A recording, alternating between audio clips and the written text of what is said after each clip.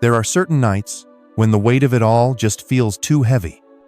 You lie there in the quiet, staring at the ceiling, while your thoughts spin in circles, gripping your chest like a silent storm that no one else can see. You don't even know what to say anymore. You've already cried. You've already prayed, or maybe you haven't. Because somewhere along the way, you got too tired, even for that. But God heard you anyway. My dear child, everything will be fine. Please, trust in me. He doesn't need eloquent words or long sentences. He doesn't need you to come to him polished and perfect. He just needs you to come.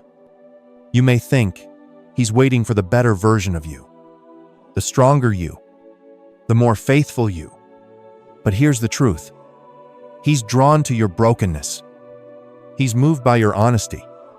He's near to the ones who whisper, God, I don't even know what to do anymore. You've been carrying so much, worrying about your family, worrying about the bills, worrying about what's next, and whether you'll be enough for it. You've been trying to hold it all together. The house, the job, the relationships, your reputation, your emotions, even when you feel like you're falling apart inside. But let me tell you something your heart may have forgotten. God never asked you to carry it all alone. He never said you had to be the hero of your own story. He never told you to fake a smile while your soul was collapsing. What he said was, "This, come to me, all you who are weary and burdened, and I will give you rest." Matthew 11:28. Not more pressure, not more religious obligation, not more expectations.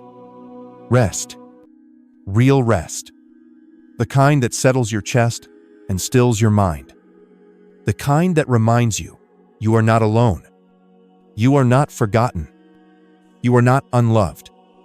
You may feel like you're failing because you're tired, but being tired doesn't mean you're weak. It means you've been strong for too long. And now, it's time to let him carry what's been crushing you.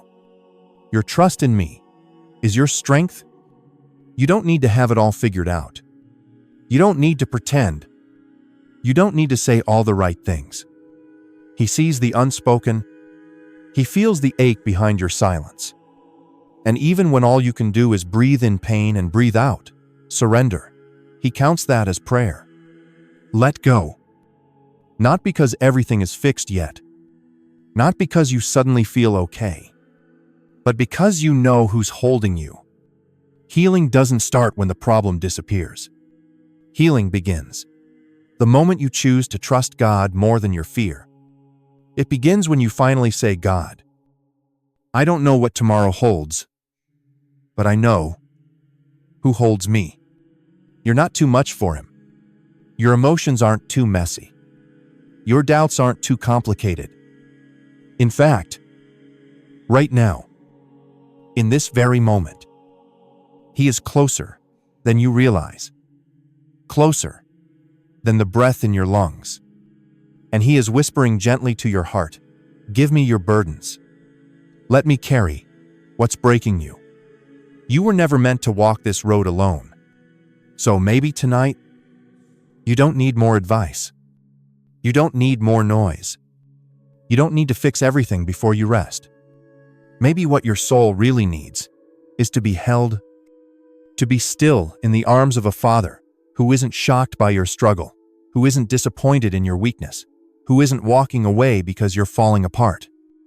No. He is the God who kneels beside the brokenhearted. He is the shepherd who leaves the 99 just to find the one who's barely hanging on. He is the Savior who says, I see you. I'm not going anywhere. And yes, everything will be okay. Take a breath. Child of God, you don't have to carry this alone anymore. Lay it down. All of it. The fear, the pressure, the guilt, the silent pain, even the part of you that wonders if God is still listening. He is, and He's waiting not for your perfection, but for your surrender. Because when you finally let go, He begins to heal. Stay with me, because in the next part, we're going to talk about the kind of peace that doesn't depend on circumstances. A peace that only God can give, and nothing in this world can take away. There's no denying it. The world today feels louder, faster, and more uncertain than ever before. Every headline screams urgency. Every scroll of your feed delivers more fear, more pressure, more weight. And if we're honest, sometimes it feels like everything is spinning out of control, like we're caught in a storm that never ends. And the peace we once had is slipping further and further from reach. But God says something very different.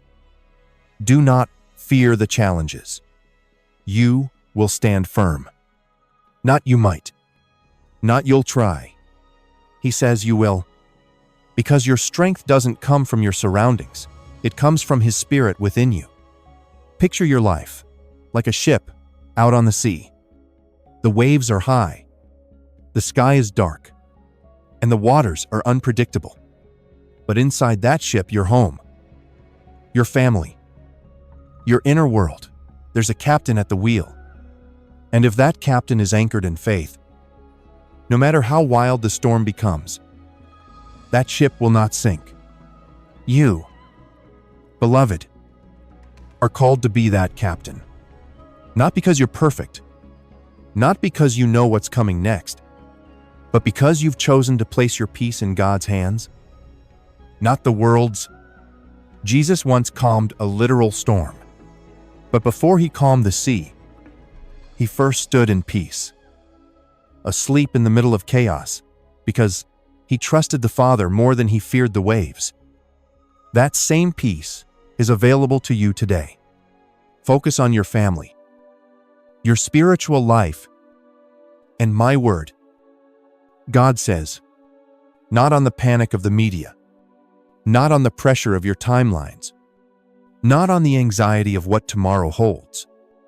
God is calling you to be the steady one in the house, the quiet strength, the calm voice in the chaos, the one who doesn't fall apart because they know who holds it all together. Blessed are the peacemakers, for they will be called children of God.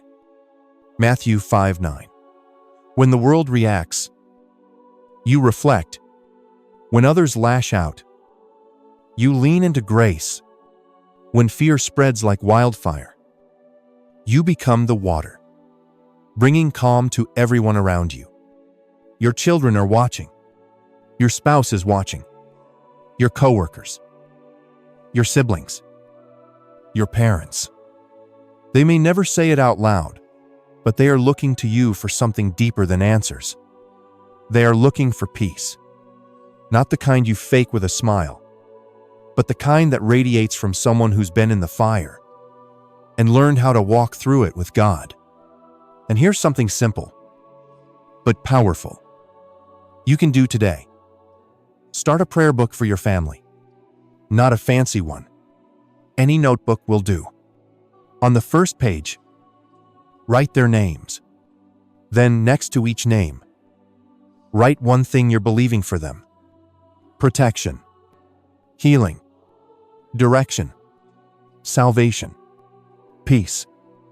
Write it down, lift it up, and watch what God begins to do through your faith. Because even though God already knows their hearts, your prayers activate heaven in ways you may never fully understand. You're not just praying as a parent, as a spouse, as a friend.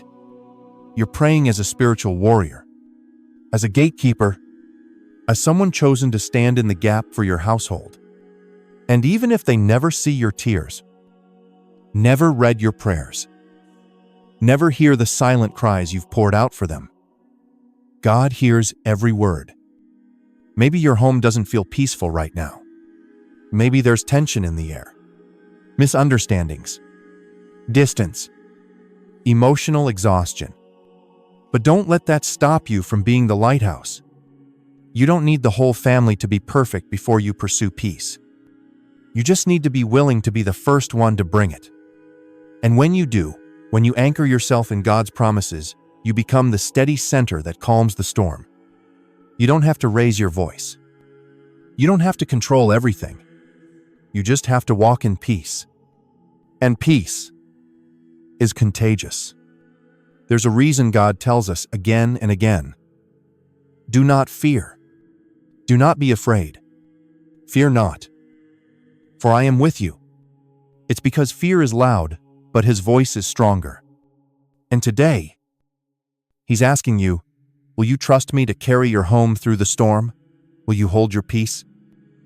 Even when the world loses theirs. Because when you do, you will stand firm, and your family will find refuge in your faith. So light that candle. Say that prayer. Open your Bible. Write those names. Be the peace. Be the calm. Be the lighthouse in the dark sea. Because the world may be shaking, but you, child of God, were built on the rock that cannot be moved. There's a quiet shame we rarely talk about. Not the kind people can see, but the kind that sits in your chest like a stone. It's the kind of shame that comes from failure, from that thing you said you'd never do again, but you did. From the promise you made to God and broke, from the calling you once felt, but now doubt you're even worthy to carry. And somewhere along the way, you started to believe that maybe God gave up on you, but he hasn't, even in your sadness. He says, I hold you in my hand. Let that sink in for a moment. Even in your sadness, even in your disappointment, even in your relapse, even in your mistakes, God's grip on you has never loosened. Can I ask you something sacred? Who told you God couldn't use you anymore? Who convinced you that your past disqualified you from your purpose? Who made you believe that one wrong turn meant the journey was over? Because that voice was not God. Shame is loud. Regret can scream. And the enemy loves to whisper lies when you're weak. But the voice of God says this: your past is behind you, and your future will be blessed. Failure doesn't cancel your destiny. It prepares your heart for it. In Scripture, God used people who failed again and again. Moses had anger issues. David committed adultery. Peter denied Jesus 3 times. Paul persecuted the church. And still, God called them. God redeemed them. God used them to shake the world. Why? Because God doesn't choose the flawless. He chooses the willing, the broken, the ones who say, I don't deserve this grace, but I receive it anyway. You see, what if failure isn't a dead end, but a divine detour? What if your most painful fall was actually God setting the stage for your greatest comeback? He's not shocked by your humanity. He's not surprised by your scars. In fact, he often does his deepest work in the places where you feel the most disqualified. Failure is not the end of your story. It's not a period. It's not even a semicolon. It's a comma, a pause before the next chapter of redemption begins. But you have to decide. Will you stay stuck in the shame of what happened? Or will you rise and walk into the grace of what's next? Take a deep breath. Right here, in this very moment, you have a choice. Not to be perfect, but to believe. To believe that God is still with you. Still for you. Still working. All things. Yes. Even your failures for your good. You may feel unworthy, but grace was never given to the worthy. It was given to the willing, So say this out loud. Right now. Let it echo in your soul. I am not defined by my past. I am chosen by grace. Say it again. I am not defined by my past. I am chosen by grace. Because something powerful happens. When your mouth speaks what your heart is still learning to believe, the more you declare it, the more your soul begins to rise. God hasn't left you. He's not pacing heaven, frustrated at your inconsistency. He's not rewriting your story out of disappointment. No, He's right where He's always been with you, holding you, waiting for you to believe again, inviting you to walk forward, not in shame but in purpose. You don't have to stay stuck. You don't have to keep replaying what went wrong. You don't have to keep disqualifying yourself from a race God already marked out for you. All you need is the courage to take one step forward. Even if your hands are trembling, even if your faith is small, even if your past still echoes, just step. Because the same God who held you in your failure will walk with you into your future. So today, make peace with what's behind you. God already has. Let grace be the pen that writes the next part of your story. Let mercy cover the page where shame once lived. Let hope fill the space where fear once spoke. You are not finished. You are not forgotten. You are not too broken to be rebuilt. You are His. Still. Fully. Forever. And in the next part, we'll talk about what happens when healing begins from the inside out, how God doesn't just forgive your past, but transforms your desires and rewrites your future from the inside.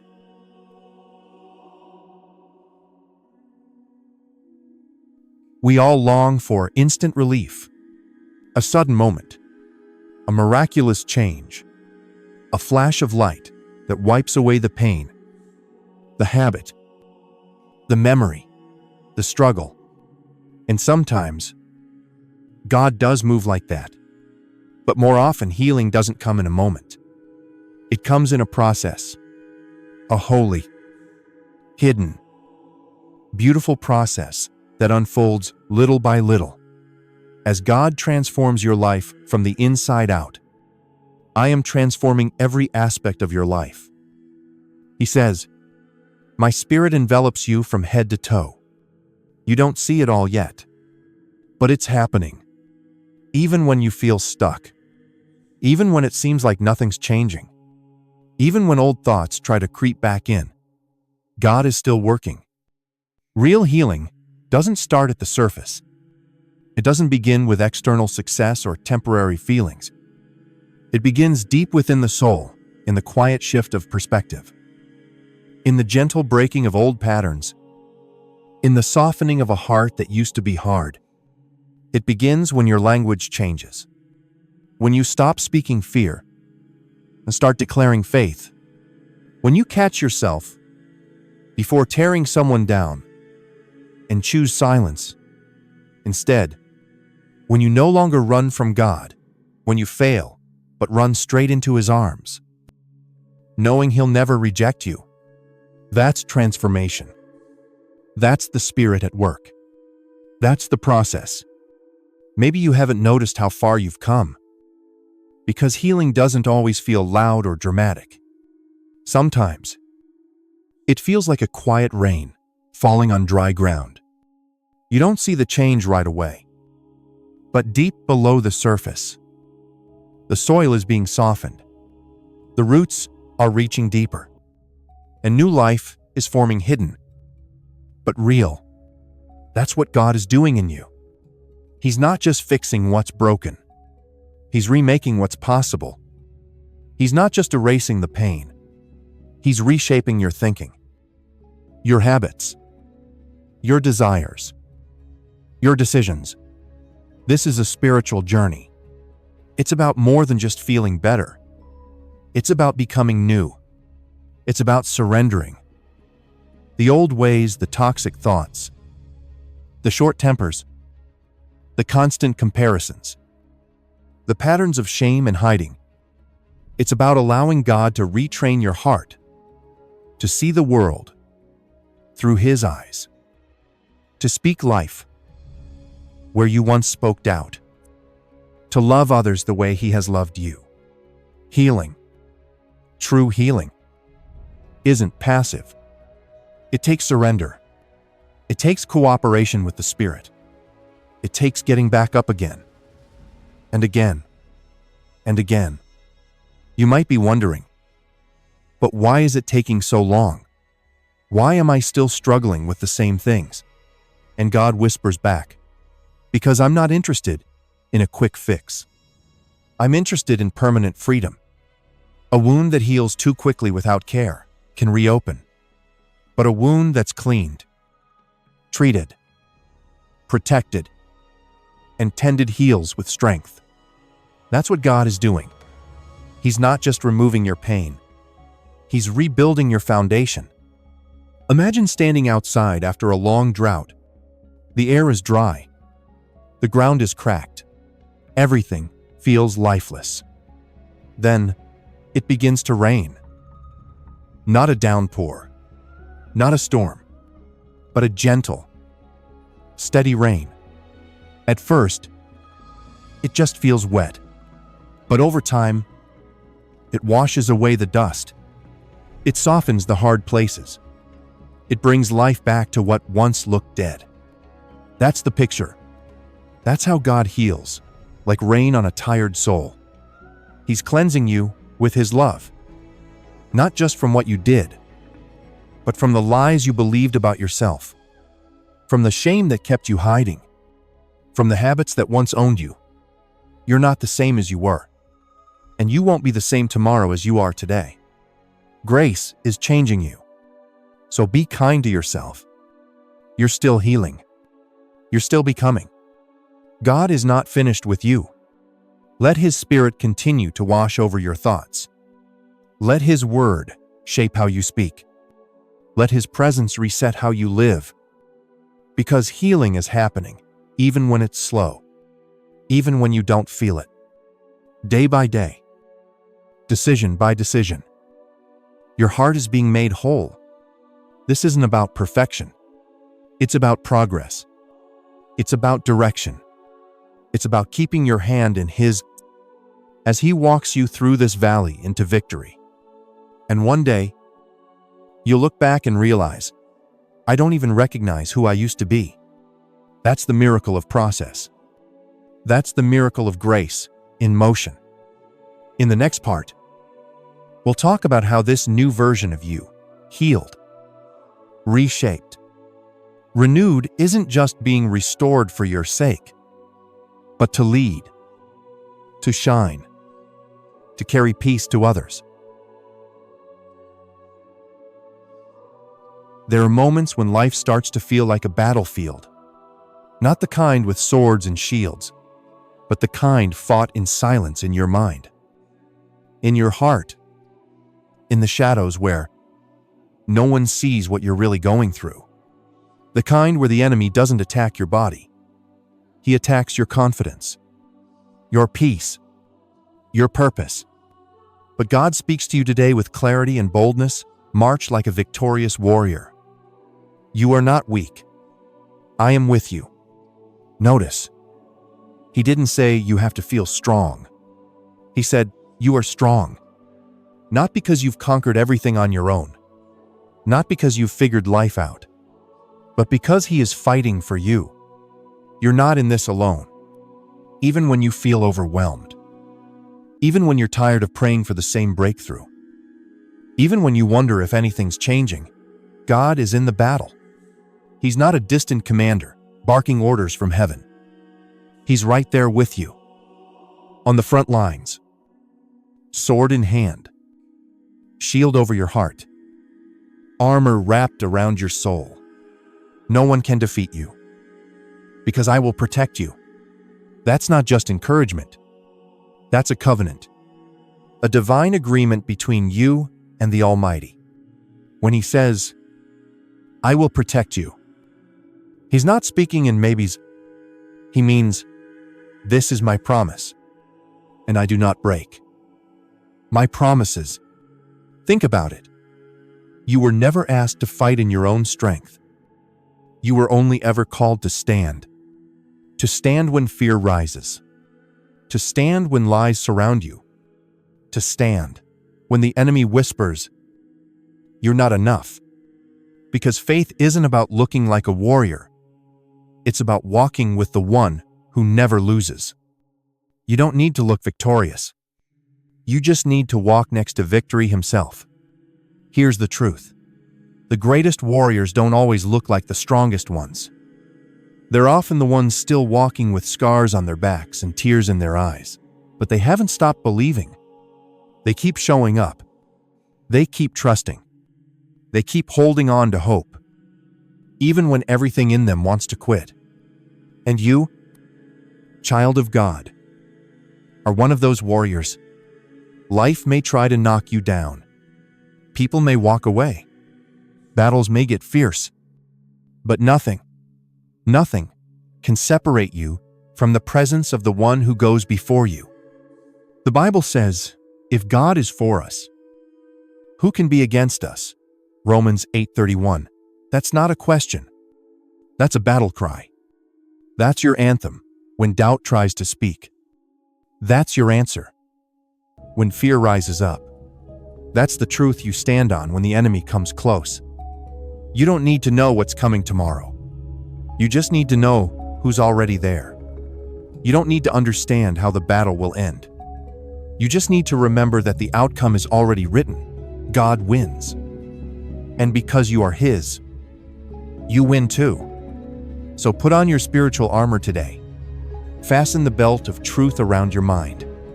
Put on the breastplate of righteousness over your heart. Stand with the gospel of peace as your foundation. Raise the shield of faith. And take up the sword of the Spirit, His word, because you are not defenseless. You are not outnumbered. You are not abandoned. You are covered. You are equipped. You are empowered by the Spirit of the living God.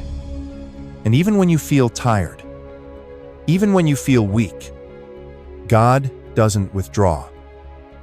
He draws even closer. My power is made perfect in your weakness. 2 Corinthians 12:9. That's how He works. When your strength runs out, His begins. When your confidence fades, His courage takes over. When you fall to your knees, He fights for you. So whatever battle you're facing right now, that diagnosis, that broken relationship, that financial weight, that internal war that no one knows about, give it to Him. Stand in faith. Lift your eyes and let heaven do what only heaven can do. Because God doesn't lose battles. And if He's fighting for you, you're already walking in victory. So speak this over yourself. Today, I am not afraid. My faith is my weapon, and my God fights for me.